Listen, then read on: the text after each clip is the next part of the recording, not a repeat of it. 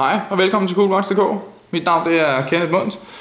I dag skal vi se på to nye mekaniske ure, vi har fået hjem. Og der er dømt overklasse, så det vil noget. Selvfølgelig altid til en fornuftig pris inde på Coolbox.dk. Vi har det i sort, og vi har det i, den hedder brown inde på siden, men den er virkelig en roseguld. Men den har jeg også skrevet.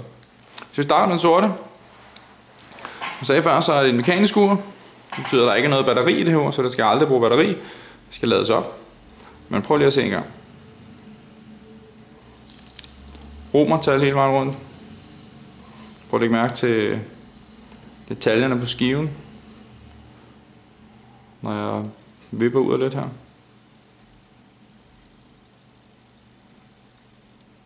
Så kan man se et lille hul ind til det mekaniske urværk, som faktisk kører nu. Det er Delma-klasse. Måden man bruger et mekanisk ur. Kronen trækkes helt ud. Så kan man justere viserne, som man også kan på kvartsurene. Trykker man kronen helt ind, så har den også en funktion der. Når jeg roterer kronen væk fra mig selv, så sidder der en fjeder inde i urværket, som bliver spændt. Og hvis jeg roterer den her 3-4 gange, så begynder det, så bliver det spædere, så bliver den fjeder, der sidder inde bag, den bliver spændt. Så begynder det pendul at køre her. Det ved jeg ikke, om I så til at starte med. Det kører hurtigere nu, end det gør til at starte med. Det betyder ikke, at viserne kører hurtigere. Det betyder bare, at der er mere spænding på den fjeder, der kører herinde. Så nu kan ud og køre længere. Og den fjeder, den styrer gangreserven. Gangreserven, den træder i kraft, når man ikke bevæger armen og bruger uret. For på de mekaniske ure her, hvis man vender det om, så kan I se bag, så kan man se direkte ind til. Og det, der sidder her, det er selvfølgelig et stykke plastik. Det er mærke, der sidder her for at beskytte bagsiden. Så det tager man af, når man får uret. Men som I kan se her, så sidder der en rotor hernede. Hvis jeg roterer uret, så kan I se, selvfølgelig den med.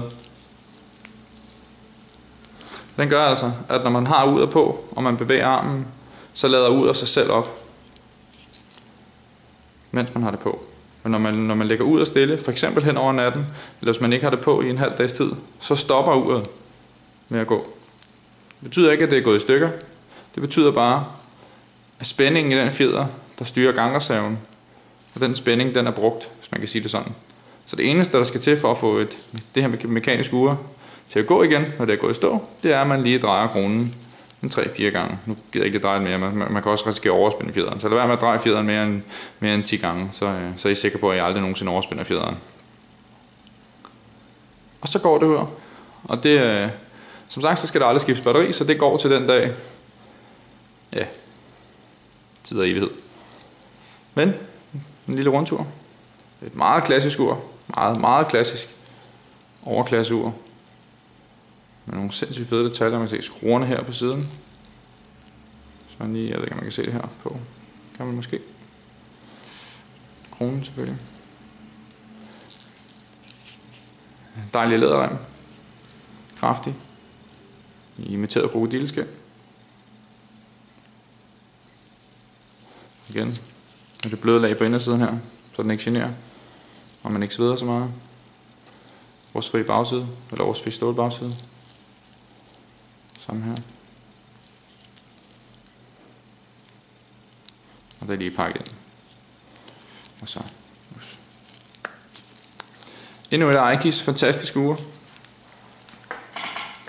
Så er det også i brun rosa guld.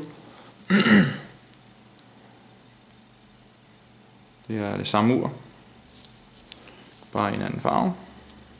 Og det er på samme måde. Så hvis I fulgte med, da jeg viste den første, så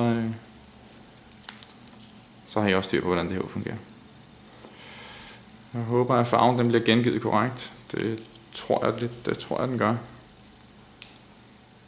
Ellers så får jeg den lige til det i efterredigering i hvert fald. Super lækker læderrem. Det er næsten federe i brun. Og detaljerne lidt tydeligere.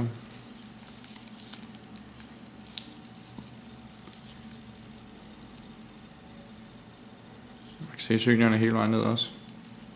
Kan man ikke lige så tydeligt på den sorte, men det er den samme læderrem, bare i en anden farve. Og ugerne på, det skal jeg lige huske.